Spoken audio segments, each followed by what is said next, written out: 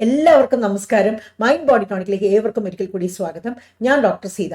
ഏകദേശം 3 ആഴ്ച മുമ്പ് ഞാൻ ഒരു വീഡിയോ സെഷൻ, ലൈവ് സെഷൻ ഇട്ടിട്ടുണ്ടായിരുന്നു. കുട്ടികളെ തക്ക സമയത്ത് മാറ്റിക്കിടത്തിയില്ലെങ്കിൽ എന്തൊക്കെ അപകടങ്ങളാണ് ഉണ്ടായേക്കാവുന്നത് എന്നതിനെ കുറിച്ച്. ആ വീഡിയോ ഒരുപാട് നീണ്ടതായിപ്പോയി. അത് കാരണം തന്നെ പലർക്കും അത് പകുതി പോലും കാണാൻ പറ്റിയിട്ടില്ല എന്നാണ് യൂട്യൂബ് അനലിറ്റിക്സ് കണ്ടപ്പോൾ ഞാൻ മനസ്സിലാക്കിയത്. മാത്രമല്ല, ആ വീഡിയോയുടെ താഴെ കമന്റ് സെക്ഷനിലും ഒരുപാട് പേര് എഴുതിയിട്ടുണ്ടായിരുന്നു, ഇത്ര പരത്തി പറയില്ലേ, ഇത്ര നീട്ടി പറയില്ലേ, എന്തിനാ ഇങ്ങനെ ബോറടിപ്പിക്കുന്നതെന്ന്. വാസ്തവം പറയുകയാണെങ്കിൽ നിങ്ങളുടെ ഈ അവസ്ഥ എനിക്ക് മനസ്സിലാക്കാൻ പറ്റും. കാരണം നിങ്ങൾക്ക് ഈ വീഡിയോയിൽ ഞാൻ എന്താ പറഞ്ഞിരിക്കുന്നത് എന്ന് അറിയാൻ ആഗ്രഹമുണ്ട്. എന്നാൽ ഇത്രയധികം സമയം ഇരുന്ന് കേൾക്കാനുള്ള ആ ഒരു സൗകര്യവും ഇല്ല. അപ്പോൾ പിന്നെ സ്വാഭാവികമാണ് നിങ്ങൾക്ക് ഇങ്ങനെ ഒരു ഫ്രസ്ട്രേഷൻ വരുന്നത്. ആ വീഡിയോ സെഷനിൽ പറഞ്ഞിരിക്കുന്ന 3-ാമത്തെയും 4-ാമത്തെയും കഥകൾ, അത് രണ്ടും മാത്രം ഞാൻ ഇവിടെ നിങ്ങൾക്ക് ഒന്നും കൂടി പ്രത്യേകമായിട്ട് ഇട്ടുതരാം. ഇവർ വന്നത് ഒരു ഭാര്യയും ഭർത്താവും. ഇത് വന്നത് ഒരു 2 വർഷം മുൻപാണ് കേട്ടോ. അപ്പൊ അവരുടെ സമ്മതത്തോടു കൂടെ തന്നെ ആണ് ഞാനിപ്പോൾ ഈ കഥ പറയുന്നത്. ഈ ഒരു 2 വർഷം മുൻപ് എൻ്റെ അടുത്ത് വന്നവരാണ്. ഈ അടുത്തും അങ്ങനെ കുറച്ച് പേരൊക്കെ എൻ്റെ അടുത്ത് വന്നിട്ടുണ്ട്. അപ്പോഴാണ് എനിക്ക് 2 വർഷം മുൻപ് വന്നവരുടെ കാര്യവും കൂടി ഓർമ്മ വന്നത്. കല്യാണം കഴിഞ്ഞ് 5 വർഷമായി. ഈ ഹസ്ബൻഡിനാണെങ്കിൽ ബന്ധപ്പെടാൻ പറ്റുന്നില്ല, ഉദാഹരണ ശേഷി കുറവാണ്. ഭാര്യയോട് നല്ല സ്നേഹമുണ്ട്. രണ്ടുപേരും ഒരുമിച്ച് തന്നെയാണ് താമസിക്കുന്നത്. അവർ വന്നപ്പോൾ എൻ്റെ അടുത്ത് ഇങ്ങനെ കാര്യങ്ങൾ പറഞ്ഞപ്പോൾ ഞാൻ ഓരോ കാര്യങ്ങളായിട്ട് ചോദിച്ചു, എന്താ പ്രശ്നം, എങ്ങനെയാണ് നിങ്ങൾക്ക് ഇങ്ങനെ സ്വയംഭോഗം ചെയ്യുമ്പോൾ ഇങ്ങനെ ഉദാഹരണ കുറവുണ്ടോ? ഇല്ല, നമ്മൾ ബന്ധപ്പെടുമ്പോൾ മാത്രമേ ഉള്ളൂ. ഇതൊക്കെ നമ്മൾ സ്ഥിരം ചോദിക്കുന്ന ചോദ്യങ്ങളാണ്. അങ്ങനെ ചോദിച്ചു. അപ്പോൾ ആൾ പറഞ്ഞു, ഇല്ല, അങ്ങനെ സ്വയംഭോഗം ചെയ്യുമ്പോൾ പ്രശ്നമില്ല, ബന്ധപ്പെടുമ്പോൾ മാത്രമേ ഉള്ളൂ. അപ്പം ഞാൻ ചോദിച്ചു, ഇങ്ങനെ വീഡിയോസ് വല്ലതൊക്കെ കാണാറുണ്ടോ? അതൊക്കെ കണ്ടിട്ടാണോ നമ്മൾ വിവാഹത്തിന് മുമ്പ് വിവാഹത്തിന് ശേഷവും ഒക്കെ ഇതാക്കിയിരുന്നു എന്നൊക്കെ പറഞ്ഞു. അപ്പോൾ ആൾ, ഈ ഹസ്ബൻഡാണെങ്കിൽ ആകെ അങ്ങ് ഭയങ്കരമായിട്ട് ടെൻഷനായിട്ട് ഭയങ്കരമായിട്ട് വേർക്കാൻ തുടങ്ങി. അപ്പോൾ ആൾ പറഞ്ഞു, മാഡം, എനിക്ക് മാഡത്തിനോട് കുറച്ച് കാര്യങ്ങൾ പറയാനുണ്ട് എൻ്റെ പാസ്റ്റിനെ കുറിച്ച്. അപ്പോൾ എനിക്കൊന്ന് തന്നെ പറയണം എന്ന് പറഞ്ഞു. ഭാര്യ ഒന്ന് പുറത്തിരുന്നാൽ കൊള്ളാം. ഭാര്യ പറഞ്ഞു, എനിക്കും അങ്ങനെ തന്നെയാണ് തോന്നുന്ന, ആൾ തന്നെ പറയണം എന്ന് പറഞ്ഞു. ഭാര്യ പുറത്തു പോയിരുന്നു കേട്ടോ. അപ്പോൾ അങ്ങനെയാണ് ഈ പയ്യൻ പറഞ്ഞു തുടങ്ങിയത്, ഇങ്ങനെ എനിക്ക് പാസ്റ്റിലൊരു പ്രശ്നമുണ്ട്. അപ്പോൾ ഞാൻ ചോദിച്ചു, എന്ത് പ്രശ്നമാണ് മോനെ എന്ത് വേണമെങ്കിൽ പറഞ്ഞു, ഞാൻ മുൻവിധിയോടെ കാണില്ല, മോനെ ഒന്ന് പറഞ്ഞാലല്ലേ എനിക്ക് സഹായിക്കാൻ പറ്റുള്ളൂ. അപ്പോൾ എന്നിട്ടതൊന്നും പറയുന്നില്ല. അപ്പോൾ ഞാൻ ചോദിച്ചു, ഗേൾ ഫ്രണ്ട്സ് വല്ലതും ഉണ്ടോ? അപ്പോൾ പറഞ്ഞു, ഗേൾ ഫ്രണ്ട്സ് ഒന്നുമില്ല. ഇനി ഗേൾ ഫ്രണ്ട്സ് ഉണ്ടായിരുന്നു? ഗേൾ ഫ്രണ്ട്സ് ഒന്നും ഉണ്ടായിരുന്നില്ല.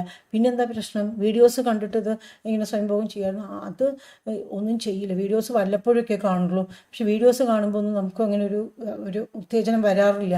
അപ്പോൾ പിന്നെ എന്താ പ്രശ്നം? പിന്നെ എപ്പോഴാണ്, എങ്ങനെയാണ് ഉത്തേജനം വരുന്നത്? വേറെ എന്താണ് ഇത്? അപ്പം ഞാൻ കരുതി ഇനി വല്ല ഏതെങ്കിലും ഒരു സ്വവർഗ ഗതി അങ്ങനെ വല്ലതും ആയിരിക്കും എന്ന് ഞാൻ ചോദിച്ചു. ആണുങ്ങളോടാണോ അട്രാക്ഷൻ, അങ്ങനെ വല്ലതും ഉണ്ടോ? അങ്ങനെയൊന്നുമില്ല. പിന്നെ എന്താ എന്ന് പറഞ്ഞപ്പോൾ വിക്കി പറയാൻ തുടങ്ങി കേട്ടോ. ഒരു 1 മണിക്കൂർ എടുത്തു ആ കൊച്ചൻ ഈ കാര്യങ്ങളെല്ലാം പറഞ്ഞു തീർക്കാൻ. ഒരു 32-34 വയസ്സായ പയ്യന കേട്ടോ. 2 ചേച്ചിമാർ, ഈ കുട്ടി, അച്ഛൻ, അമ്മ, അച്ഛമ്മ, അച്ഛച്ചൻ, ഇത്രയും പേരാണ് ഇവരുടെ കുടുംബത്തിലുണ്ടായിരുന്നത്. ഈ കുട്ടികളെല്ലാവരും തമ്മിൽ 3 വയസ്സാണ് ഏകദേശം വ്യത്യാസമുണ്ടെന്നാണ് ഈ കുട്ടി പറഞ്ഞത്. അപ്പോൾ 2ാമത്തെ കുട്ടി ജനിക്കുമ്പോൾ മൂത്ത കുട്ടിക്ക് 3 വയസ്സായിരുന്നു. അപ്പോൾ ആ മൂത്ത പെൺകുട്ടിയെ അച്ഛമ്മയുടെ അച്ഛൻ്റെ കൂടെ കിടത്തി. 3ാമത്തെ കുട്ടി ജനിക്കുമ്പോൾ 2ാമത്തെ കുട്ടിക്ക് 3 വയസ്സായിരുന്നു. അപ്പോൾ ആ കുട്ടിയും അച്ഛമ്മയുടെയും അച്ഛൻ്റെ കൂടെ മാറ്റി കിടത്തി. കുട്ടി കഴിഞ്ഞ് പിന്നെ വേറെ കുട്ടിയില്ല, പ്രസവം നിർത്തി. അപ്പോൾ ഈ കുട്ടി അച്ഛൻ്റെ അമ്മയുടെയും കൂടെയാണ് കിടപ്പ്. 8 വയസ്സ് 9 വയസ്സൊക്കെ ആയപ്പം അതുവരെയും ഈ കുട്ടി അച്ഛൻ്റെ അമ്മയുടെയും കൂടെ തന്നെ കിടന്ന്, ഇടയ്ക്കൊക്കെ ഈ കുട്ടി ഇങ്ങനെ അച്ഛനും അമ്മയും തമ്മിലുള്ള ഈ കോംപ്രമൈസിങ് പൊസിഷനിലുള്ള ഓരോ കാര്യങ്ങളെല്ലാം കണ്ടിട്ട് ഇപ്പം അതുപോലെ തന്നെ എല്ലാ പിള്ളേരും ചെയ്യുന്ന പോലെ തന്നെ ഉറക്കം നടിച്ച് കിടന്ന് ഇതൊക്കെ കണ്ട്, അങ്ങനെ അത് കാണാൻ വേണ്ടി തന്നെ ഇതിന് വലിയ എക്സൈറ്റ്മെൻ്റ് ആയിരുന്നു രാത്രി. ഈ അച്ഛനും അമ്മയും ഈ കൊച്ചിനെ എങ്ങനെയെങ്കിലും ഹാളിലേക്ക് മാറ്റിക്കിടത്താൻ വേണ്ടി നോക്കി. അവർ ഈ കുട്ടീനെ മാറ്റിക്കിടത്തണം എന്നുള്ള ആ ഒരു ധാരണ, അതാണ് നല്ലത് അവനെ എന്നുള്ളത് കൊണ്ടല്ല. ഈ കൊച്ച് ഭയങ്കരമായിട്ട് ചവിട്ടുമായിരുന്നു അത്രേ. അച്ഛനും അമ്മയും ചവിട്ടി അച്ഛനും അമ്മയ്ക്ക് നേരെ ഉറങ്ങാനൊന്നും പറ്റില്ല. നല്ലവണ്ണം ഉറങ്ങണം എന്നുള്ളൊരു ചിന്തയോടെയാണ് അച്ഛനും അമ്മയും എങ്ങനെയെങ്കിലും കൊച്ചിനെ മാറ്റി കിടത്താമെന്ന് വിചാരിച്ചത്. മാറ്റി കിടത്തുമ്പോൾ കൊച്ചാണെങ്കിൽ ഹാളിൽ എന്തായാലും കിടക്കാൻ പറ്റില്ല എന്ന്. ഈ കൊച്ചിന് ഉറങ്ങാൻ പറ്റില്ല എന്നുള്ളതിനെക്കാട്ടിൽ കൊച്ചിന് ഇവിടെ അച്ഛൻ്റെ അമ്മയുടെ മുറിയിൽ കിടക്കണം എന്നുള്ളതാണ് വലിയ കാര്യമെന്ന് ഓർക്കണം കേട്ടോ. എന്തായാലും അങ്ങനെയൊക്കെ ആയപ്പോൾ അച്ഛനും അമ്മ എന്ത് ചെയ്തു, ആ മുറിയിൽ തന്നെ വേറൊരു കട്ടിൽ കുറച്ച് മാറ്റിയിട്ടിട്ട് അവിടെ ഈ കൊച്ചിനെ പിടിച്ച് കിടത്തി. അപ്പോൾ അപ്പോഴും ഈ കട്ടിലുകൾ തമ്മിൽ ഒരു മറവ് വെക്കാനൊന്നും അവർ ശ്രമിച്ചൊന്നുമില്ല. വേറൊരു കട്ടിൽ കൊണ്ട് കിടത്തി, ഒരു മേശ എന്തൊക്കെയോ പുറത്ത് കൊണ്ടിട്ട് കൊച്ചിനെ അവിടെ പിടിച്ച് കിടത്തി. ഇങ്ങനെ ഈ കുട്ടി സ്ഥിരമായിട്ട് ഇങ്ങനെ അച്ഛനും അമ്മയുടെയും ഈ വീഴ്ച ഇങ്ങനെ സ്ഥിരമായിട്ട് കാണുമായിരുന്നു അത്രേ. ഇനി ഇടയ്ക്ക് എപ്പോഴോ ഈ കുട്ടി എന്താ പറഞ്ഞു വെച്ചാൽ, ഇവൻ കിടന്നിരുന്ന ആ കട്ടിലെന്തോ പൊട്ടുകയോ അങ്ങനെ എന്തോ ചെയ്തപ്പോൾ അച്ഛൻ്റെ അമ്മയുടെ കട്ടിൽ ഡബിൾ കോട്ട് വലുത് തന്നെയാണ്. കുറച്ച് ദിവസം ഈ കുട്ടി അച്ഛൻ്റെ അമ്മയുടെയും കൂടെ തന്നെ അവരുടെ കട്ടിൽ തന്നെയാണ് കിടന്നിരുന്നത്. നിലത്ത് കിടക്കാൻ അച്ഛനും അമ്മയും പറഞ്ഞപ്പോൾ ഇല്ല, എനിക്ക് നിലത്ത് കിടന്നാൽ നടുവ് എനിക്കെന്ന് പറഞ്ഞു അച്ഛൻ്റെ അമ്മയുടെയും കൂടെ തന്നെയാണ് ഈ കുട്ടി ഒരറ്റത്ത് കിടന്നത്. കുട്ടി ആ ബെഡിൽ കിടന്നുറങ്ങിയ തന്നെ ആ ദിവസങ്ങളിൽ പോലും അച്ഛനും അമ്മയും ഒരുമിച്ച് ഉള്ള ആ ഓരോ കാര്യങ്ങളെല്ലാം ചെയ്യുന്നതെല്ലാം ചിലപ്പോഴൊക്കെ അറിയാണ്ട് ഈ കുട്ടിയുടെ മേത്ത് പോലും തട്ടുമായിരുന്നു അത്രേ. അങ്ങനെ ഈ കുട്ടി ലൈവായിട്ട് നമ്മൾ ഈ വീഡിയോസൊക്കെ നമ്മൾ ഈ ഒരു ഫോണിലോ അല്ലെങ്കിൽ നമ്മൾ ഈ കമ്പ്യൂട്ടറിലോ കാണുന്നത് ഈ കുട്ടി ലൈവായിട്ടാണ് കണ്ടിരുന്നത്. അതും 1-2 ദിവസങ്ങളല്ല, ഏകദേശം ഒരു 17-18 വയസ്സായപ്പോൾ ഈ +2 ഒക്കെ കഴിഞ്ഞപ്പോഴാണ് കുട്ടിക്ക് വേറെ എവിടെയോ പഠിക്കാൻ, എഞ്ചിനീയറിങ്ങിന് എവിടെയോ പഠിക്കാൻ അവസരം കിട്ടിയത്. കുട്ടി അപ്പുറത്തേക്ക് പോയത്. അങ്ങനെ പഠിച്ച് ലീവിനിടയ്ക്ക് വരുന്ന സമയത്ത് അപ്പോൾ സ്വാഭാവികമായിട്ട് അച്ഛൻ്റെ അമ്മയുടെ മുറി കിടക്കാൻ പറയാൻ പറ്റില്ലല്ലോ അല്ലേ. എന്നാലും പകുതി രാത്രിക്ക് ഇവൻ വന്ന് പതുക്കെ അച്ഛൻ്റെ അമ്മയുടെയും മുറിയുടെ ആ ഒരു പുറത്ത്, വീട്ടിൻ്റെ പുറത്ത് വന്ന് ആ പുറത്തുള്ള ജനലിൻ്റെ പുറത്ത് വെന്റിലേറ്റർ ഇല്ലേ, കോണിയിൽ കയറി ആ വെന്റിലേറ്റർ കൂടി ഉള്ളിലേക്ക് നോക്കുമായിരുന്നു അത്രേ അച്ഛനും അമ്മയും എന്താ ചെയ്യുന്നതെന്നുള്ളത്. അങ്ങനെ ഈ കുട്ടി രാത്രി മൊത്തം പോലും പല ദിവസങ്ങളും ചെലവഴിച്ചിട്ടുണ്ട്. അങ്ങനെ ഈ കുട്ടിക്ക് ഇങ്ങനെ ആ ഒരു സ്വയംഭോഗം ചെയ്യണമെന്നുണ്ടെങ്കിൽ ഈ അച്ഛനും അമ്മയുടെയും അവർ ചെയ്യുന്ന ആ കാര്യം ആലോചിച്ച് അത് മനസ്സിൽ സങ്കല്പിച്ചാൽ മാത്രമേ കുട്ടിക്ക് ചെയ്യാൻ പറ്റുള്ളൂ എന്നുള്ളൊരു സ്ഥിതിയായി. അച്ഛനെയും അമ്മയും ഭയങ്കര ഇഷ്ടമാണ്. അച്ഛനും അമ്മയും വളരെ നല്ല അച്ഛനമ്മമാരാണ്. കുട്ടികളോട് എല്ലാവരും വളരെ സ്നേഹമാണ്. പഠിത്തത്തിന് പ്രാധാന്യം കൊടുക്കുന്നവരാണ്. വീട്ടിൽ വലിയ വേറെ അലമ്പൊന്നുമില്ല, വേറെ പ്രശ്നങ്ങളൊന്നുമില്ല. മാന്യമായ രണ്ടുപേരും ടീച്ചേഴ്സാണ്, അധ്യാപകരാണ്. അച്ഛനും ശരി അമ്മയും ശരി. ഓർക്കണം, ഇവർ ഈ കാര്യമൊന്നും അറിയുന്നേയില്ല. കൊച്ചിൻ്റെ മനസ്സിൽ ഇങ്ങനൊരു സംഭവം ഉണ്ടെന്നോ അത് കുഞ്ഞിനെ ഇത്രത്തോളം ബാധിക്കുന്നുണ്ടെന്നോ ഇവരറിയുന്നേ ഇല്ല. അങ്ങനെ ഈ ജോലി സ്ഥലത്തും എല്ലാം ഇതന്നെ ആകുമ്പം ഓരോ പ്രാവശ്യം ഇത് ചെയ്തു കഴിയുമ്പോഴും കൊച്ചിന് ഭയങ്കര കുറ്റബോധം, തന്നോട് തന്നെ വെറുപ്പ്, സ്വന്തം അച്ഛനും അമ്മയും കുറിച്ചിട്ട് ആലോചിച്ചിട്ട് താനിങ്ങനെ ചെയ്യുന്നല്ലോ എന്ന് ആലോചിച്ച് അവനവനോട് തന്നെ കടുത്ത വെറുപ്പും ഭയങ്കര കുറ്റബോധമൊക്കെ ആയി ഡിപ്രഷനിലാണ്ട്, ജോലിയിലൊന്നും ശ്രദ്ധിക്കാൻ പറ്റാണ്ട് പിന്നെ ആകെ പ്രശ്നമായി. ആൾ പോയി സൈക്കാട്രിസ്റ്റിനെയൊക്കെ കാണിച്ച് ആൻറ്റി സൈക്കാട്രിക് മെഡിക്കേഷൻസ് ഒക്കെ ഡിപ്രഷനൊക്കെ കഴിക്കേണ്ടി വന്ന്. ആരോട് ഈ കുട്ടിക്ക് ഒന്നും പറഞ്ഞില്ല എന്നാണ് പറയുന്നത്. ഒരുപാട് ഈ കുട്ടി ബുദ്ധിമുട്ടി. അപ്പോൾ ഈ കുട്ടി വിചാരിച്ചു ഇനി കല്യാണം കഴിഞ്ഞാൽ ചിലപ്പോൾ ശരിയാവുമായിരിക്കും, അപ്പോൾ പിന്നെ നമ്മൾ ഭാര്യനെ നമുക്ക് ഇമാജിൻ ചെയ്ത് നമുക്ക് ഇതാക്കാൻ പറ്റുമായിരിക്കും, അപ്പോൾ ഇതൊക്കെ മാറുമായിരിക്കും എന്ന് പറഞ്ഞ് ഏകദേശം ഒരു 26 വയസ്സൊക്കെ കഴിഞ്ഞപ്പോൾ തന്നെ ഈ കുട്ടി അച്ഛനമ്മയോടും പറഞ്ഞു എനിക്കിപ്പോൾ ജോലിയൊക്കെ ആയി സെറ്റിൽഡായില്ലേ, എനിക്ക് വിവാഹത്തിന് നോക്കിക്കോ, എനിക്ക് അവിടെ തന്നെ വെച്ച് വിളമ്പി കഴിക്കാൻ ബുദ്ധിമുട്ടാണ്. അങ്ങനെ IT ഫീൽഡിലുള്ളൊരു പെണ്ണ് തന്നെ അച്ഛനമ്മമാർ തന്നെ അറേഞ്ച് ചെയ്ത ഒരു അറേഞ്ച്ഡ് മാരേജ് ആയിരുന്നു. കല്യാണം കഴിഞ്ഞിട്ട് എന്താ കാര്യം, കല്യാണം കഴിഞ്ഞാലും ഈ പെൺകുട്ടിയുടെ അടുത്ത് ചെല്ലുമ്പോഴും ഇവന് ആ അച്ഛൻ്റെ അമ്മയുടെയും ആ ഒരു സീൻസ് മാത്രമാണ് മനസ്സിലുള്ളത്. അത് ഈ പെൺകുച്ചിനോട് പറയാൻ പറ്റുമോ? ഇതിനോട് പറയാനും പറ്റില്ല. ഇതിങ്ങനെ പറ്റുന്നില്ല, ഉദാഹരണം പറ്റുന്നില്ല. ഈവൻ ഫോർപ്ലേ ചെയ്യുമ്പോൾ പോലും ഈ ഒരു ചിന്ത മാത്രമേ ഉള്ളൂ. ഈ പെൺകുച്ചിനാണെങ്കിൽ ഭയങ്കര വിഷമം. എന്തായാലും എന്നെ ഇഷ്ടമില്ല ആയിട്ടല്ലേ കല്യാണം കഴിച്ചത്, വീട്ടുകാർ നിർബന്ധിച്ചിട്ടാണോ കല്യാണം കഴിച്ചത് എന്ന് പറഞ്ഞ് ഈ കൊച്ചു കരയാൻ തുടങ്ങി. സ്വാഭാവികമല്ലേ അല്ലേ. കുറച്ച് മാസങ്ങൾ കൊച്ചു ക്ഷമിച്ചു, അതിനുശേഷം കുട്ടിക്കും ഭയങ്കര വിഷമം വരാൻ തുടങ്ങി. എന്നാൽ വളരെ നല്ലൊരു പയ്യനായത് കാരണം, ബാക്കി കാര്യങ്ങളൊക്കെ ഭയങ്കര സ്നേഹമുള്ള പയ്യനായത് കാരണം ഈ കുട്ടിക്ക് വിട്ടെറിഞ്ഞിട്ട് പോരാനും തോന്നിയില്ല. ഈ കുട്ടിയുടെ പല ഫ്രണ്ട്സും ഇങ്ങനെ വിവാഹം കഴിഞ്ഞ് ഭർത്താക്കന്മാരൊക്കെ ഓരോ ഡിമാൻഡിങ് ആയിട്ട് പല മോശട്ടത്തനമൊക്കെ ചെയ്യുമ്പം അത് വെച്ചൊക്കെ നോക്കുമ്പം ഈ കുട്ടി പേടിച്ചിരുന്നു അങ്ങനത്തെ ഭർത്താവായിരിക്കുന്നു. അങ്ങനെ ഒന്നുമില്ല, വളരെ മാന്യമായിട്ടുള്ള സ്വഭാവം. അങ്ങനെ നമ്മളെങ്ങനെ വിട്ടെറിഞ്ഞിട്ട് പോകും? എന്താ പ്രശ്നം എന്ന് ആളോട് ചോദിച്ചിട്ട് ആൾക്കാണെങ്കിൽ ഇത് ഭാര്യയോട് പറയാനുള്ള ഒരു ധൈര്യമില്ല. അങ്ങനെയാണ് ഞാനൊരു 2019 ഈ ഒരു അൺകൺസുമേറ്റഡ് മാരേജിനെ കുറിച്ചുള്ള വീഡിയോ ഇടുന്നത്, ആദ്യമായിട്ടൊരു ലൈവ് സെഷൻ ഇടുന്നത്. അതിനുശേഷം ഞാൻ കുറേ കാര്യങ്ങൾ ഇട്ടിട്ടുണ്ട്, പക്ഷേ ആദ്യമായിട്ട് ഇത്തരത്തിലുള്ളൊരു വീഡിയോ ഞാൻ അപ്പോഴാണ് ഇടുന്നത്. അപ്പോൾ അത് കണ്ടിട്ട് എൻ്റെ അടുത്ത് ആദ്യമായിട്ട് വന്നൊരു പേഷ്യൻ്റാണ് ഈ പേഷ്യൻ്റ് കേട്ടോ. ഇവർ രണ്ടാളും കൂടി വന്ന് മുക്കി മുനുകിയാണ് കാര്യങ്ങൾ ഈ പയ്യൻ എൻ്റെ അടുത്ത് പറയുന്നത്. പയ്യൻ ആ ഭാര്യയുടെ അടുത്ത് അതിനു മുമ്പ് പറഞ്ഞിട്ടില്ല. അപ്പോൾ അതിനുശേഷം ഞാൻ ഈ പയ്യനോട് പറഞ്ഞു, മോനെ നീ പറഞ്ഞതെല്ലാം കോൺഫിഡൻഷ്യലായിട്ട് ഞാൻ ആ ഒരു സ്വകാര്യത സൂക്ഷിക്കും, പക്ഷേ ഇതിൽ നിന്ന് നമുക്ക് മുക്തി നേടണമെങ്കിൽ നമുക്ക് നിൻ്റെ ഭാര്യയും കൂടെ സഹായമില്ലാണ്ട് പറ്റില്ല. അപ്പോൾ ഭാര്യയോട് പറയാണ്ട്, ഭാര്യയോട് പറഞ്ഞാൽ അവൾ എന്ത് വിചാരിക്കും, അവളെന്നെ വിട്ടിട്ട് പോകില്ലേ, പിന്നെ എനിക്കിനി ആരാണുള്ളത്? ഓരോ പ്രാവശ്യം ലീവിന് ഇവന് വീട്ടിൽ വരുമ്പോൾ ഇവന് അച്ഛനമ്മയും കാണുമ്പോൾ ഇവന് സ്നേഹമാണ് അച്ഛനമ്മയോടും, പക്ഷെ ദേഷ്യമാണ്. കാരണം അവർ കാരണമാണല്ലോ തൻ്റെ സ്ഥിതി ഇങ്ങനെ ആയത് എന്നുള്ളൊരു ദേഷ്യമുണ്ട്, സ്നേഹമുണ്ട്, സമ്മിശ്ര വികാരമാണ്. ഇവൻ ഇനി ജീവിച്ചിട്ട് എന്താ കാര്യം, 1-2 പ്രാവശ്യമൊക്കെ ചത്താലോ എന്നൊക്കെ ഇവനെ ആലോചിച്ചിട്ടുണ്ടെന്നാണ് പറഞ്ഞത്. ഞാൻ പറഞ്ഞു മോൻ തീരുമാനിക്കുക, പക്ഷെ ഭാര്യയുടെ സഹായം ഇല്ലാണ്ട് നമുക്ക് എന്തെങ്കിലും ചെയ്യാൻ പറ്റും തോന്നുന്നില്ല. ഞാൻ പറഞ്ഞു എനിക്കറിയില്ല നിൻ്റെ ഭാര്യയുടെ സ്വഭാവം, അവൾ നല്ല കുട്ടിയാണ് എന്ന് പറഞ്ഞു. ഞാൻ പറഞ്ഞൊരു കാര്യം ചെയ്യാം, ഞാൻ എന്തായാലും അവളോട് സംസാരിച്ച് നോക്കട്ടെ, എന്നിട്ട് അവൾക്ക് പറഞ്ഞാൽ ഉൾക്കൊള്ളാൻ പറ്റുന്ന ഒരു സ്വഭാവമാണ് എന്നുണ്ടെങ്കിൽ മാത്രമേ നമുക്ക് പറയാം. അതല്ലെങ്കിൽ നമുക്ക് വേറെ ഏതെങ്കിലും കാര്യങ്ങൾ പറഞ്ഞ് ചികിത്സ മുന്നോട്ട് കൊണ്ടുപോകാൻ നോക്കാം. എന്നിട്ട് പറ്റിയില്ലെങ്കിൽ മാത്രം പറയാം എന്ന് പറഞ്ഞ് ഈ പയ്യനെ പുറത്തേക്ക് എത്തി. ആ പെങ്കൊച്ചിനകത്തേക്ക് വിളിച്ചു. അപ്പോൾ ഞാൻ പറഞ്ഞു, അപ്പോൾ ആൾക്ക് എന്ത് വിഷമം ഉണ്ടെങ്കിലും നീ കൂടെ നിൽക്കുമോ, നീ കൂടെ നിന്നാൽ മാത്രമേ ആൾക്കത് മാറ്റമില്ല. അവന് എന്ത് പ്രശ്നം ഉണ്ടെങ്കിലും സാരമില്ല ചേട്ടൻ, എന്ത് പ്രശ്നം ഉണ്ടെങ്കിലും ഞാനത് കൂടെ നിന്ന് ശരിയാക്കാൻ സഹായിക്കും, അതൊന്നും കുഴപ്പമില്ല ഡോക്ടറെ. വേറെ എന്തെങ്കിലും പറഞ്ഞു ഡോക്ടറെ, വേറെ എന്തെങ്കിലും ആൾക്ക് പ്രശ്നമുണ്ടോ? എന്നോടൊന്നും പറയുന്നില്ല, ഇടയ്ക്കിരുന്ന് കരയുന്ന കാണാം. എനിക്കത് കാണുമ്പോൾ വിഷമം വരും. എൻ്റെ വീട്ടിൽ പറയാൻ വിഷമം, എൻ്റെ വീട്ടിൽ പറഞ്ഞു കഴിഞ്ഞാൽ പിന്നെ അവർക്ക് ഇയാളോടുള്ള മതിപ്പ് തന്നെ പറയും. അപ്പോൾ അങ്ങനെയൊക്കെ കേട്ടപ്പോൾ എനിക്ക് തോന്നി ഈ പെൺകൊച്ചിനോട് സംസാരിച്ചപ്പം ഈ കൊച്ചിനോട് കാര്യങ്ങൾ കുറച്ചെങ്കിലും പറയുന്നത് നല്ലത്, എന്നാലേ അതിനെ നമുക്ക് ശരിയാക്കിയെടുക്കാൻ പറ്റുള്ളൂ എന്ന്. അങ്ങനെ ഞാൻ ഈ പയ്യനെ വീണ്ടും അകത്തേക്ക് വിളിച്ചു, പെങ്കൊച്ചിനെ പുറത്താക്കിയിട്ട്. അപ്പം ഞാൻ ഈ പയ്യനോട് പറഞ്ഞു, എനിക്ക് തോന്നുന്നു ഈ കുട്ടിയോട് നമുക്ക് കുറച്ച് സൂചിപ്പിക്കാമെന്ന്. പയ്യൻ പറഞ്ഞു, മാഡത്തിനത് കുഴപ്പമില്ല, തോന്നുകയാണെങ്കിൽ ചെയ്. പിന്നെ എനിക്കൊരു വേറൊരു കാര്യമുണ്ട്, ഇതറിഞ്ഞു കഴിഞ്ഞിട്ട് അവളുടെ ഡിവോഴ്സ് വേണമെന്ന് പറഞ്ഞ് പോയാൽ പോട്ടെ, അവളെങ്കിലും രക്ഷപ്പെട്ടു പോട്ടെ. ഇങ്ങനെ എൻ്റെ കൂടെ ജീവിച്ച് നരയിക്കുന്നതിൽ നല്ലത് അതാണ് അല്ലേ. ഞാൻ ഇത്ര ചീത്ത ഒരു മനുഷ്യനാണല്ലേ, ഇങ്ങനെ അച്ഛനമ്മയെ കുറിച്ച് ഇങ്ങനെ ആലോചിക്കുക എന്ന് പറയുമ്പോൾ ഞാൻ പറഞ്ഞു, മോനെ അങ്ങനെ വിചാരിക്കാനേ പാടില്ല, മോൻ്റെ കുറ്റമേ അല്ല. ആദ്യമായിട്ട് ആ ഒരു കുറ്റബോധം മനസ്സിൽ നിന്ന് മാറ്റണം, അതല്ലെങ്കിൽ നമുക്ക് എവിടെയും എന്തും എത്താനേ നമുക്ക് പറ്റില്ല. മോനത് അങ്ങനെ എല്ലാം കാരണം പിന്നെ ഭയങ്കര ആങ്സൈറ്റി ഡിപ്രഷൻ വന്നിരിക്കുക. അപ്പോൾ ഇതെങ്ങനെ ശരിയാക്കാൻ പറ്റും? ഞാൻ പറഞ്ഞു, ആദ്യം ആങ്സൈറ്റി ഡിപ്രഷൻ മാറ്റണം. അതിന് നമ്മൾ ക്ലിനിക്കൽ സൈക്കോളജിസ്റ്റ് പോയി ക്ലിനിക്കൽ അസസ്മെൻ്റ് ഒക്കെ എടുക്കണം. അതൊക്കെ ശേഷം അറിഞ്ഞ് നല്ല സിവിയർ ആങ്സൈറ്റി ഡിപ്രഷൻ ഉണ്ടെങ്കിൽ അതിനൊക്കെയുള്ള മരുന്നൊക്കെ കഴിച്ചിട്ടേ നമുക്കിത് ശരിയാക്കാൻ വേണ്ട കാര്യങ്ങൾ ചെയ്യാൻ പറ്റും. ഇതിനൊക്കെ ഭാര്യയുടെ സപ്പോർട്ട് വേണം, നമുക്ക് അവളോട് പറയാം എന്ന് ഞാൻ പറഞ്ഞ് ഞാൻ ഭാര്യനെ വിളിച്ചിട്ട് അപ്പോഴത്തേക്കും ഞങ്ങളൊരു തീരുമാനത്തിലെത്തി. ഞാൻ തന്നെ പറയാം, അവൻ പറയണ്ട, അവന് പറയാൻ ഇങ്ങനെ വാക്കുകൾ കിട്ടുന്നില്ല. അങ്ങനെ ഞാൻ തന്നെ പതുക്കെ, എനിക്ക് തന്നെ പറയാൻ വലിയ ബുദ്ധിമുട്ടായിരുന്നു കേട്ടോ. അങ്ങനെ ഞാൻ മുക്കിയും മണിയൊക്കെ ഞാൻ കാര്യങ്ങൾ പറഞ്ഞപ്പോൾ ഭാര്യ ആകെ അന്തം വിട്ട് നിന്നു പോയി. എന്നിട്ട് ഞാൻ ആദ്യം തന്നെയും അവസാനവും ഇടയ്ക്കുമൊക്കെ പറഞ്ഞു, ഇവൻ്റെ കുറ്റമേ അല്ല, ഇവനല്ല കുറ്റക്കാരൻ, മോളത് മനസ്സിലാക്കണം. ആ കുട്ടി മനസ്സിലാക്കി. കുട്ടി വളരെ ഷാർപ്പായിട്ടുള്ളൊരു കുട്ടിയാണ്, കുറച്ച് ടെൻഷനൊക്കെ ഉള്ള ഇടപെടാനുള്ള കുട്ടിയാണെങ്കിൽ പോലും വളരെ ഒരു ആ ടെൻഷനൊക്കെ ഉള്ളതിനോടൊപ്പം തന്നെ ഒരു പക്വതയും ഉള്ളതായിട്ടാണ് എനിക്ക് തോന്നിയത്. അത് ആ പയ്യൻ്റെ ഭാഗ്യം കേട്ടോ, അതിൻ്റെ ഒരു മുൻജന്മ സുഹൃതം. അപ്പം ഞാൻ പറഞ്ഞു, നിങ്ങൾ ആദ്യം ചെയ്യേണ്ടത് നിങ്ങളിങ്ങനെ ഇടയ്ക്കിടയ്ക്ക് ലീവിൽ ഇങ്ങോട്ടേക്ക് വരരുത്. നിങ്ങൾ എവിടെയാണെന്ന് വെച്ചാൽ ബാംഗ്ലൂരോ മൈസൂരോ എവിടെയാണ്, നിങ്ങൾ എവിടെയാണെന്ന് വെച്ചാൽ നിങ്ങൾ അവിടെ തന്നെ നിൽക്കുക, ഇങ്ങോട്ടേക്ക് വരരുത്. ഫോണിൽ കൂടി മാത്രമുള്ള സംഭാഷണം മതി. ഇവിടെ വരുമ്പം അവനത് കൂടുതൽ അസ്വസ്ഥത വരികയാണ്, അവിടെ നിൽക്കുക. എന്നിട്ട് അതിൻ്റെ ഇടയിൽ നമുക്ക് ഒരു ക്ലിനിക്കൽ സൈക്കോളജിസ്റ്റിനെ കാണിച്ച് ക്ലിനിക്കൽ അസസ്മെൻറ്റ് രണ്ടുപേരും കാണും. ഭാര്യയ്ക്ക് അതിനിടയിൽ ഭയങ്കര ഡിപ്രഷൻ ടെൻഷനൊക്കെ ആയിക്കഴിഞ്ഞു. അങ്ങനെ നമ്മൾ ക്ലിനിക്കൽ സൈക്കോളജിസ്റ്റിനൊക്കെ കാണിച്ച് ആങ്സൈറ്റി ഡിപ്രഷൻ എത്രയുണ്ടെന്ന് അനുസരിച്ച് അത് ട്രീറ്റ് ചെയ്തിട്ട് നമുക്കിത് ചെയ്യാം എന്ന് പറഞ്ഞ് അവരെ പറഞ്ഞു വിട്ടു. അങ്ങനെ അവർ ക്ലിനിക്കൽ സൈക്കോളജിസ്റ്റിനെ ഇവിടെ വെച്ച് കാണാൻ അവർക്ക് സമയം കിട്ടിയില്ല.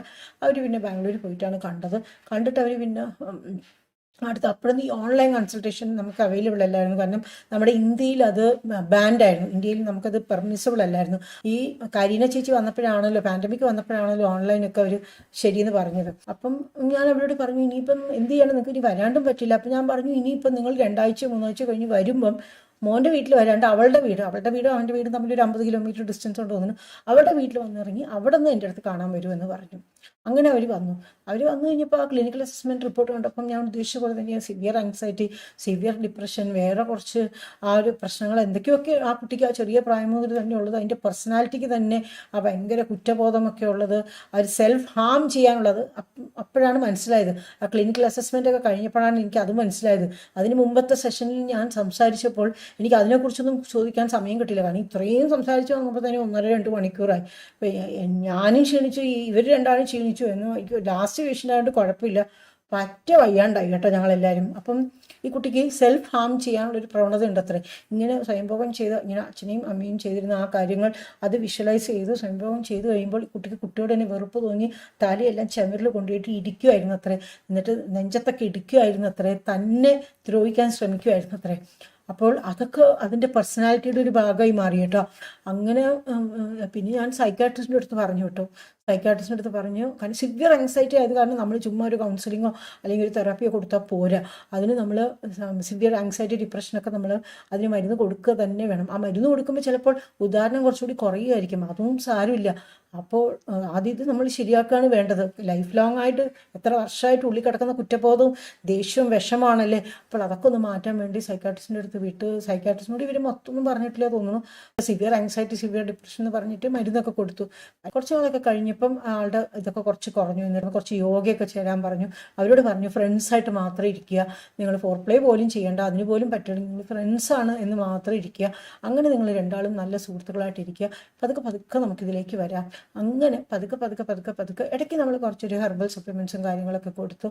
അതൊക്കെ കൊടുത്തിട്ട് കുറച്ച് മരുന്നുകളൊക്കെ കൊടുത്തു കേട്ടോ. അത് കൊടുത്ത് പതുക്കെ പതുക്കെ പതുക്കെ അതും കുറച്ച് കൗൺസിലിങ്ങും കുറച്ച് കാര്യങ്ങളും ഇടയ്ക്കിടയ്ക്ക് അവർ വരുമായിരുന്നു കേട്ടോ. 2-3 ആഴ്ച കൂടുമ്പോൾ അവർ വരുമായിരുന്നു അവിടെ നിന്ന് കേട്ടോ.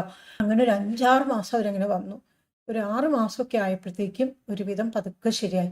അത് കഴിഞ്ഞപ്പം ഈ ടെൻഷനൊക്കെ കുറഞ്ഞപ്പോൾ പിന്നെ ഉദാഹരണം ശരിയാകാൻ വേണ്ടിയിട്ടുള്ള മരുന്നും ബാക്കി കാര്യങ്ങളൊക്കെ കൊടുത്തിട്ട് ഒക്കെ ശരിയായി. ഇപ്പം ഒക്കെ ശരിയായി. ഇപ്പം അവർ ഹാപ്പി ആയിട്ടിരിക്കുന്നു.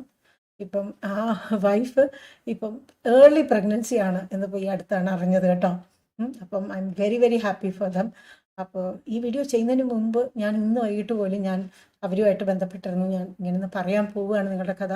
കുറച്ചൊക്കെ ചെറിയ ട്വിസ്റ്റൊക്കെ വരുത്തും, പക്ഷെ പറയാൻ പോവുകയാണ്. അപ്പോൾ അവർ തീർച്ചയായിട്ടും പറഞ്ഞോളൂ മാഡം എന്ന് എന്നോട് പറഞ്ഞു. എന്തായാലും അവരുടെ ജീവിതം ശരിയായി. ഇപ്പം കുറച്ച് ആൾക്കാർ കൂടിയുണ്ട് ഇതേപോലത്തെ പ്രശ്നങ്ങൾ നേരിടുന്നവരിപ്പം നിലവിലുണ്ട്. കുറച്ച് ആൾക്കാർ, ഒരു 2-3 കപ്പിൾസ് ഉണ്ട്. അപ്പം അവരുടെയൊക്കെ കാര്യങ്ങളും കൂടി ശരിയാവണം. എനിക്കറിയില്ല, അതൊക്കെ ശരിയാവണം. അത് ശരിയാവാൻ ദേവി തന്നെ സഹായിക്കണം. പിന്നെ ഏറ്റവും പ്രധാനം പാർട്ട്ണർ, പങ്കാളിയും ഇതിന് നല്ലൊരു കൂട്ട് നിൽക്കണം. മനസ്സിലായില്ലേ? ഇതേപോലെ വളരെ അപൂർവം ആളുകൾക്ക് സംഭവിക്കൂ എന്നില്ല കേട്ടോ. കുറേ ആളുകൾക്ക് സംഭവിക്കുന്നതായിട്ടാണ് കാണുന്നത് കേട്ടോ. അപ്പം ആരുടെ കുട്ടിക്കാണ് സംഭവിക്കുക? ഇനിയിപ്പോൾ 1% ആണെന്ന് വിചാരിച്ചോ, 100-ൽ ഒരാൾക്കേ ഉള്ളൂ എന്ന് വെച്ചോ, അല്ലെങ്കിൽ ഇനി വേണ്ട 0.1%, 1000-ൽ ഒരാൾക്കാണ് എന്നാണെങ്കിൽ പോലും ആ 1000-ൽ ഒരു കുട്ടി ഇങ്ങനെ വിഷമിക്കുക എന്ന് പറയുന്നത് എന്തൊരു കഷ്ടമല്ലേ?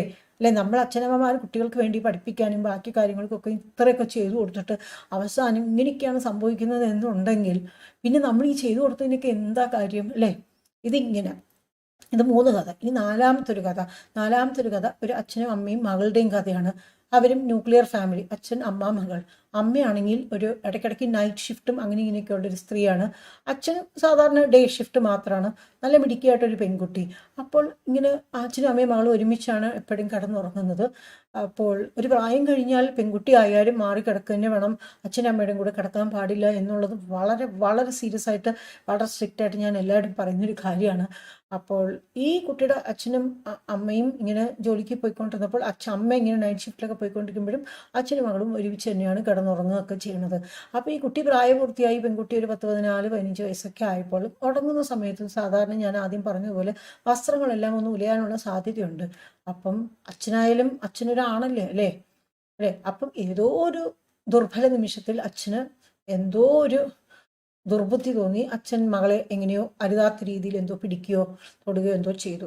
അത് ഈ മകൾക്ക് മനസ്സിലായി. കാരണം മകൾക്ക് അപ്പോഴത്തേക്ക് ഒരു 14-15 വയസ്സൊക്കെ മകൾക്ക് മനസ്സിലാക്കാൻ പറ്റുന്നൊരു പ്രായമായിരുന്നു. ഏതോ ഒരിക്കൽ മാത്രമേ സംഭവിച്ചു എന്നുണ്ടെങ്കിൽ പോലും മകൾക്കത് മനസ്സിലായപ്പോൾ മകൾക്കതൊരു വലിയ ഷോക്കായി. അന്നു മുതൽ ആ കുട്ടി ആ അച്ഛനെ വളരെ ശക്തമായി വെറുത്തു തുടങ്ങി.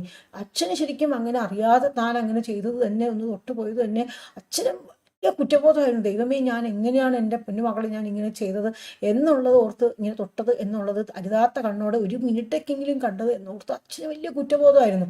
പക്ഷേ ഈ കുട്ടിക്ക് വലിയ വെറുപ്പായി എന്ന് പറഞ്ഞാൽ അത്രയും നാളുമുള്ള സ്നേഹം മാറി, കുട്ടി വെറുപ്പായി. കുട്ടി അച്ഛനും അമ്മയും പറഞ്ഞാലൊന്നും കേൾക്കാത്തൊരു രീതിയിൽ ഒരു റിബലായി മാറി. ആകെ എനിക്ക് വീട്ടിൽ ജീവിക്കാൻ പറ്റില്ല, എനിക്ക് ഹോസ്റ്റലിൽ പോകണം, കാരണമൊന്നും പറയാണ്ട് അത് അച്ഛൻ എന്ത് പറഞ്ഞാലും തർക്കുത്തരം പറയുന്ന രീതിയിലായി. അങ്ങനെ അത് തന്നിഷ്ടത്തിന് ഹോസ്റ്റലിലൊക്കെ പോയി.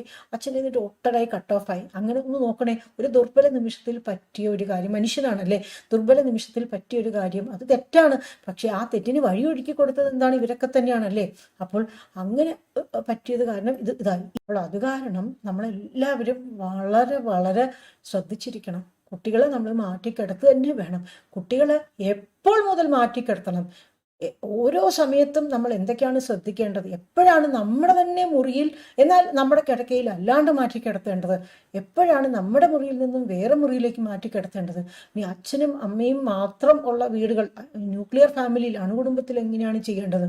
അതല്ലെങ്കിൽ എങ്ങനെയാണ് ചെയ്യേണ്ടത്? കുട്ടികൾ മാറിക്കിടക്കാൻ വിസമ്മതിക്കുകയാണെങ്കിൽ നമ്മൾ ഏതൊക്കെ രീതിയിലാണ് നമ്മളത് കൈകാര്യം ചെയ്യാൻ പറ്റുക എന്നതിനെക്കുറിച്ച് ഈ വീഡിയോയിൽ പറയാൻ പറ്റില്ല.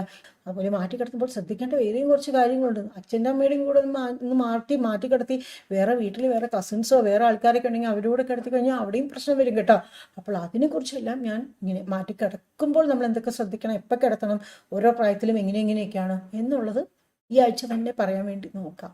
അതല്ലെങ്കിൽ അടുത്ത ആഴ്ച പറയാം. എന്തായാലും ഇത് ഞാൻ പറഞ്ഞിരിക്കും കേട്ടോ. ഇത്രയും പറഞ്ഞു കഴിഞ്ഞപ്പോൾ നിങ്ങൾക്ക് അതിൻ്റെ ഗൗരവം മനസ്സിലായി കാണുമെന്ന് തന്നെ ഞാൻ വിശ്വസിക്കുന്നു കേട്ടോ.